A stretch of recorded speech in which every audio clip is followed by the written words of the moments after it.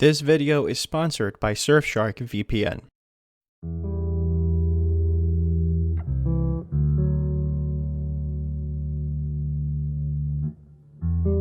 Joel Miller, one of the most beloved video game characters of all time, and truly one of the reasons why the original The Last of Us was such a success.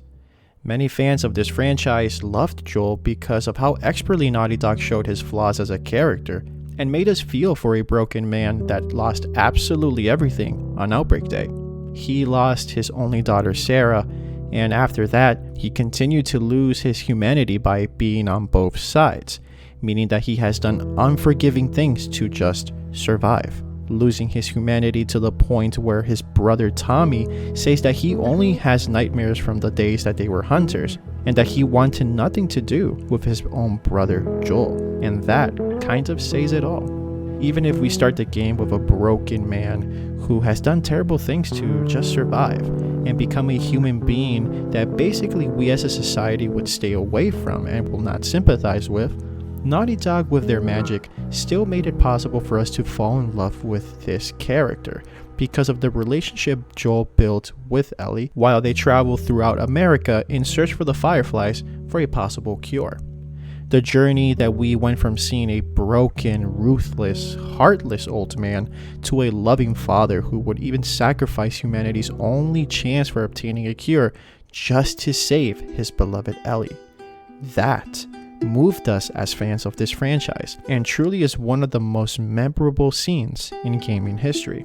Even after Joel doing some terrible things on and off screen, we still grew to understand and even love him so much that he is basically considered one of the best and most loved video game characters of all time with just one game. And then The Last of Us Part 2 happens, and the love people have for Joel's character gets tested, with Joel paying the ultimate price for his crimes in the first The Last of Us.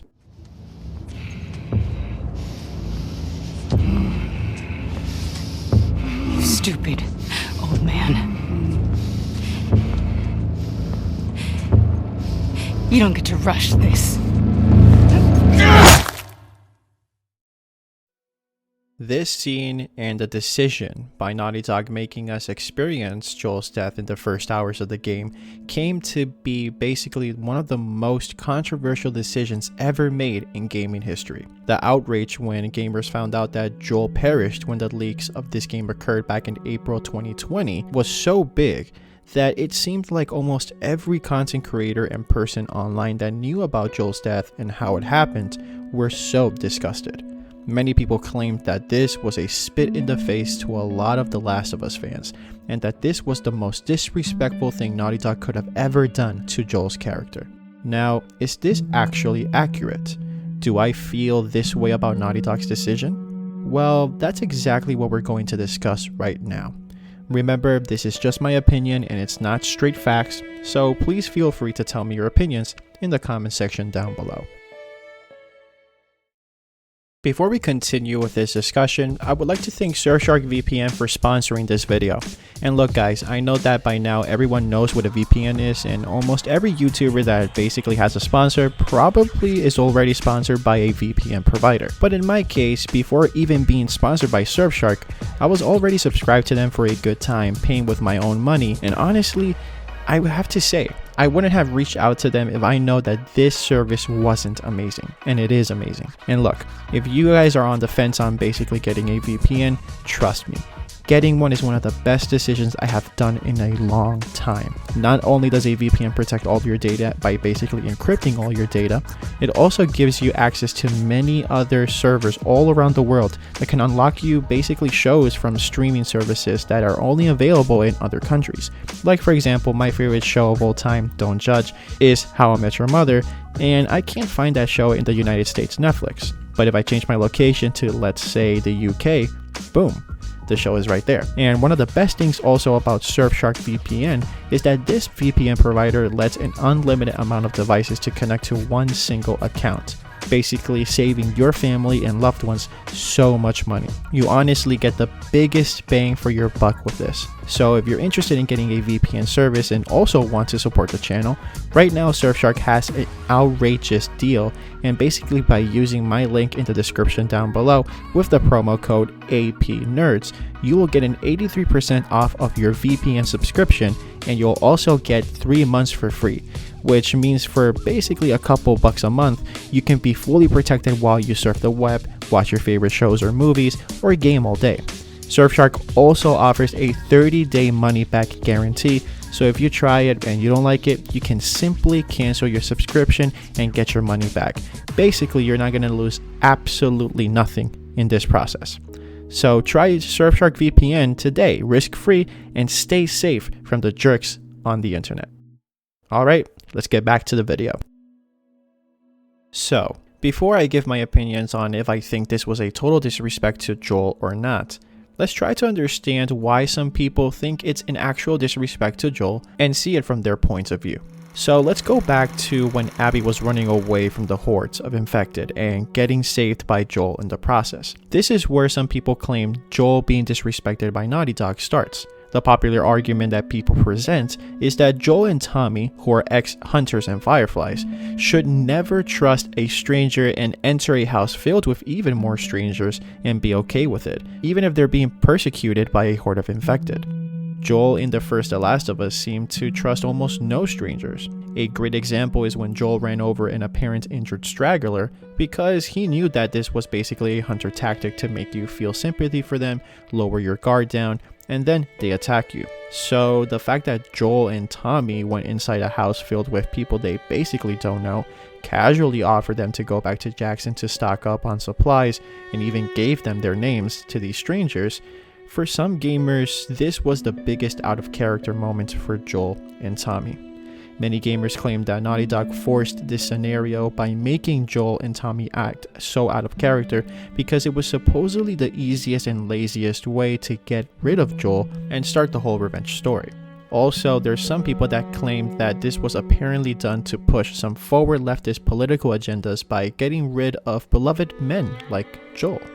And on top of that, Joel being tortured to death with a golf club by Abby and forcing Ellie and the audience to experience this horrific scene, and then seeing Joel's death with the final blow to his head.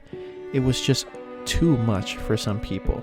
I guess you can say Manny spitting on Joel when he died was basically what a lot of people felt that Neil Druckmann and Naughty Dog did to Joel's character and to the fans of The Last of Us. What makes this all worse is that all of this happened in the first 2 hours of a 25 to 30 hour game, basically in the beginning. Many people who thought that they were going to get another adventure with Ellie and Joel, but this time with revenge, instead were extremely disappointed because they played the game, they saw how it was, and it wasn't that. The trailers of this game basically in a way misled us to believe that this was the case. All of this adds even more fuel to the argument that Naughty Dog disrespected Joel in almost every single way they possibly could, and Joel's character deserved so much more than what he got in The Last of Us Part 2. Some people argue that if he had to die, he should have died a hero's death, saving Ellie in the process, or just for a bigger cause, not just to die so suddenly and in such a horrific way. For gamers, Joel deserved better, and Naughty Dog truly disrespected this beloved character in their eyes. Now, was Joel actually disrespected by Naughty Dog and Neil Druckmann? In my honest opinion, no. And here's why. Let's go back to The Last of Us 1. Joel was a loving father to Sarah, and he was just an ordinary man. He killed his first ever human being when his neighbor got infected, and you see how this changed him. You can see how he's never done this before, and all he wants to do right now is save himself with his daughter Sarah and Tommy. And then he loses Sarah, and he becomes a broken man. And for the next 20 years, Joel lost himself even more, doing despicable things, not caring for anyone, basically losing who he was 20 years ago in order to survive. Truly a heartless, cruel old man. Then enters Ellie, a beautiful young girl with a beautiful and innocent soul. And at that moment, Joel's life is going to change forever. He embarks on a journey to look for the Fireflies to see if they can extract a vaccine because Ellie is immune. And in that journey, we see a monster in Joel slowly but surely regaining his humanity back by basically opening up little by little to his little girl Ellie, to the point where he would even call her his baby girl, just like he did with Sarah. Joel no longer is the old, ruthless, heartless old man that he was before. Now he's a new Joel. A new Joel came to life. Some people, in my opinion, are actually a little bit confused because most people think that Joel in part 2 was actually a different and out of character Joel.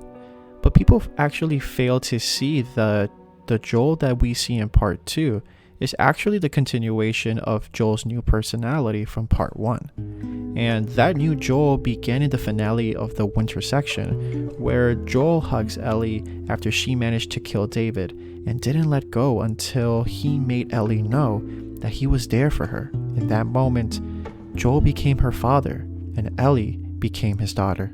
In that moment, Joel opened his heart completely and learned to love once again for the first time in 20 years since the death of his baby girl Sarah. That love made Joel sacrifice humanity's last chance for a cure, just so Ellie could grow up and live.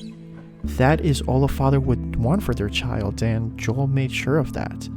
After that major event, Joel no longer had to worry to survive in a cruel world because him and Ellie now live in a safe community in Jackson where he can be a father to Ellie and grow up peacefully with her.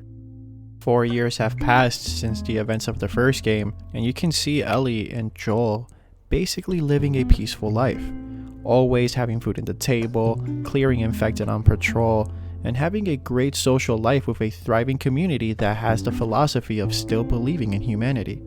Part 2 makes sure that we understand how the Jackson community actually operates, with notes scattered throughout the patrol section of the game, and even with Tommy inviting the group of strangers before Joel's death to Jackson to stock up on supplies. That's a great example as well. Maria and Tommy run Jackson with the philosophy of bringing strangers into Jackson, helping them out, trading with them, and even having some strangers become part of the Jackson community. Joel and Ellie have been exposed to this way of living for 4 years, so it shouldn't be a surprise to see Joel acting a little bit different from how he was before he opened up completely with Ellie in part 1. How can we expect anyone to be the same person they were 4 years ago? That is just not realistic.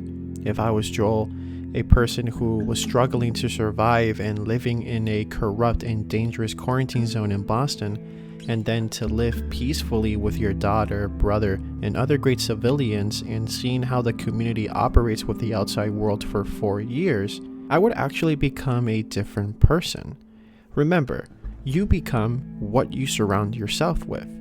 And Joel was now an old man with hobbies, playing and listening to music, reading space comics to connect more with Ellie, wood carving, even trading his own items for bags of coffee with strangers who basically come to Jackson just cause he likes coffee. This man finally has the life he desperately wanted. You just can't expect a man who has changed to just stay ruthless and always on top of his guard. When the night before his death, Ellie came to basically visit him and decided to give their relationship a chance to rebuild again. This man literally shed tears of happiness. He was emotional. I imagine what was going through his head. He, the next day, saved Abby, he did a good deed, and now probably all he wanted was just to survive, go home, see Ellie, and give her a hug and reconnect with her. Joel didn't sense the danger because the group of strangers that he met in the cabin were not attacking them. They were not showing any signs of threat. And they actually made them feel comfortable when Tommy and Joel arrived into the cabin by basically exchanging their own names with Joel and Tommy. So they made the environment feel a little bit more comfortable. And that little moment of trust basically cost Joel's life. That little mistake, is a human mistake, a mistake many of us would actually do. And sadly, that is life. Your sins will eventually always catch up to you sooner or later. And shamefully, it looks like some people in the gaming community are just too used to seeing characters having an absurd amount of plot armor and escaping major consequences. And the moment they get a little taste of how humanity truly is in a video game, they repel it. They call it disrespectful because they didn't get exactly what they wanted. But honestly, in my opinion, it's not disrespectful. It's just a reflection of the unforgiving world of The Last of Us. A world so close to how real life could be if we were ever affected by a similar virus. No one is safe. And if you do bad things, you could actually lose your life. And that's how life is. And look, even if Joel was not the same person from part 1, he still has certain parts of his personality that stayed intact. Like, for example, when Joel was shot and incapacitated, this man didn't even beg for his life or screamed for help. Naughty Dog did not make him a pussy. He knew in that moment that his sins basically caught up to him. He took it like a man and basically said one of the most badass lines, in my opinion, in this game.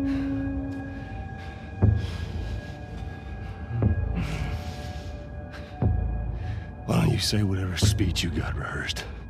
Get this over with. Joel died like a true man. He died knowing that this was all worth it because he got to save Ellie's life at the end, and Ellie got to live. He died staying true to the person he always was, and also to what he has said to Ellie on his porch the day before his death.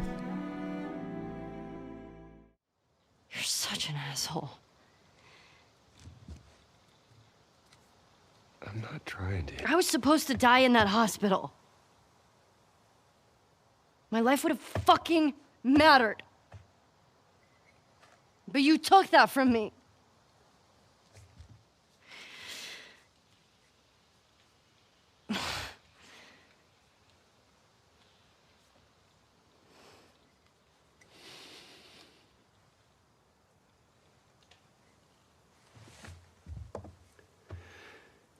If somehow the Lord gave me a second chance at that moment,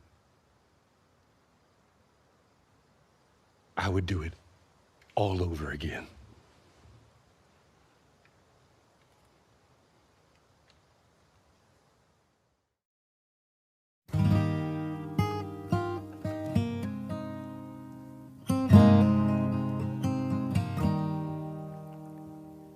If I ever were to lose you, I'd surely lose myself.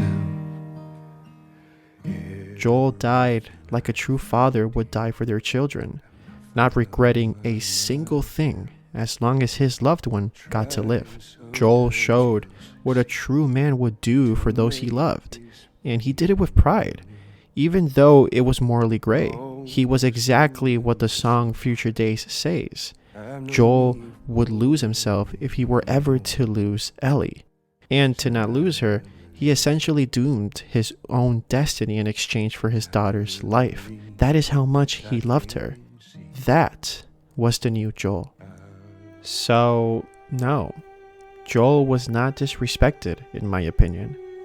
Honestly, Joel's character in this game was honored. And if we think about it, The Last of Us Part 2 is about Joel, about his good and bad, about the consequences of what he did in Part 1, and also about the good things that he did with Ellie. He saved her life, and even though Ellie did not appreciate it at first, she still wanted to reconnect with him. She still loved him, and he loved her back. And then the bad side about Joel, in that he killed Abby's father without even knowing, and dooming humanity because he took Ellie away from the Fireflies. This story is a continuation of Joel, his legacy, about what he did. And if we think about it in that way, yeah, it is about Joel, even though he's not there. And you know what? I don't care what anybody says. When Joel died, he died like a motherfucking Don, like a true man, and like a true father. And honestly, I respect that. Now, this is my opinion, of course, and it's not, 100% correct. It's just my perspective and my point of view. So please give me your points of views, your opinions on if Joel was disrespected in your case or if he was not disrespected.